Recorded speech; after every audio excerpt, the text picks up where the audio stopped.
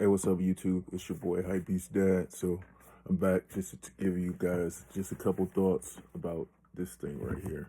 I got it connected to the I headphones right now. I think I do like it. I do feel like it's very confusing. It's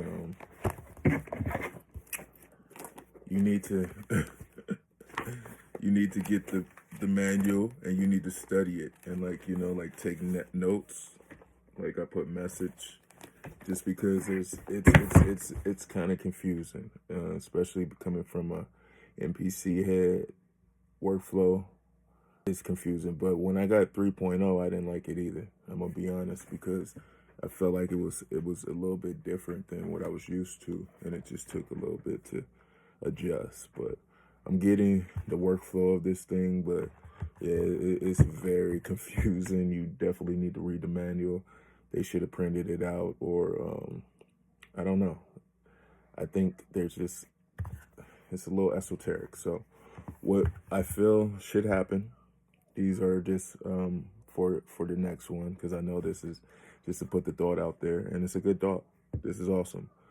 You got to make the pro version. You got to make a bigger version, maybe more akin to like the size of a 404. You can keep the same form factor of this, keep it with a battery, and it's going to be Roland's MPC 1000. It's going to be the best thing y'all can do. So the P6 Pro, out of here. This is how you should do it. When I got this, I was very confused by all the samples and the demos and everything.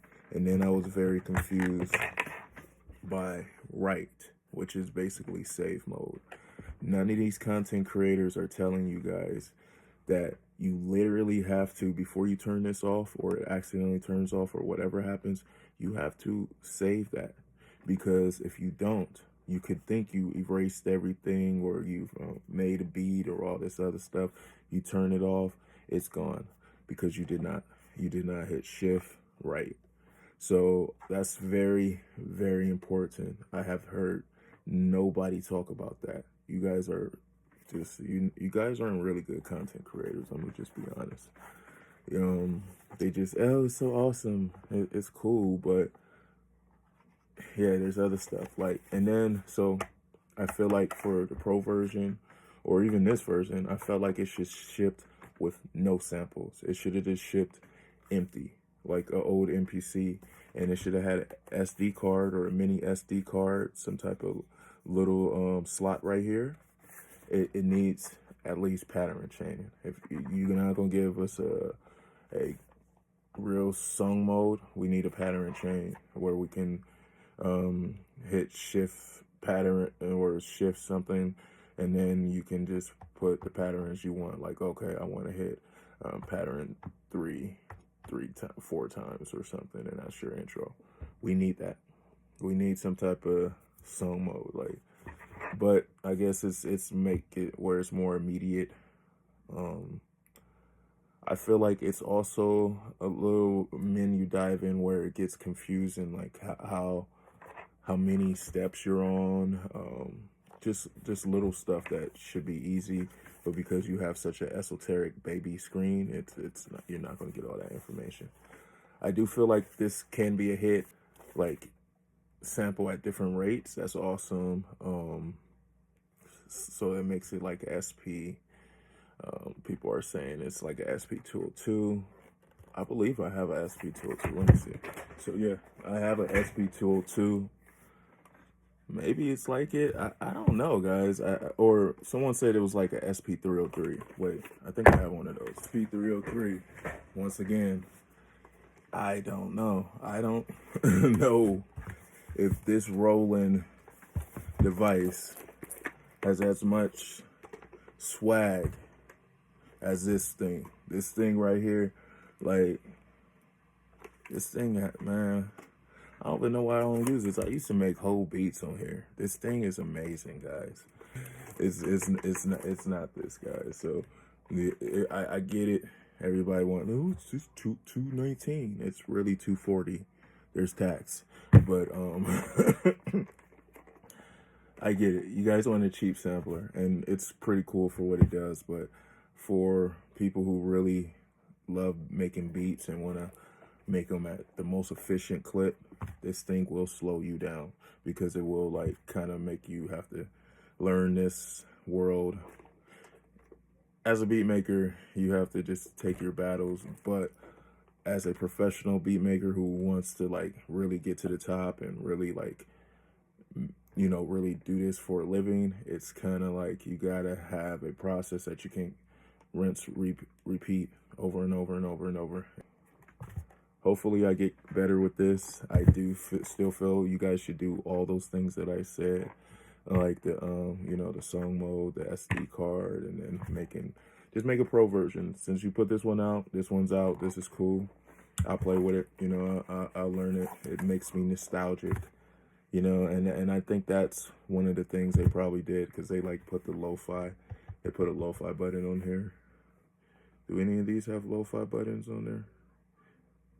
Yeah, look, lo-fi button, baby. The OG lo-fi button. This is where it came from. But, and then 202. And then from that 202 came, all right, so we're gonna do some more history. From that 202, started 202, then it went 303. These are still boss, okay? Then Roland, they had the 404. This is the XX. I had the OG 404. Mine died. I got the XX literally the week it came out. This is the same one. This has been my this has been everywhere.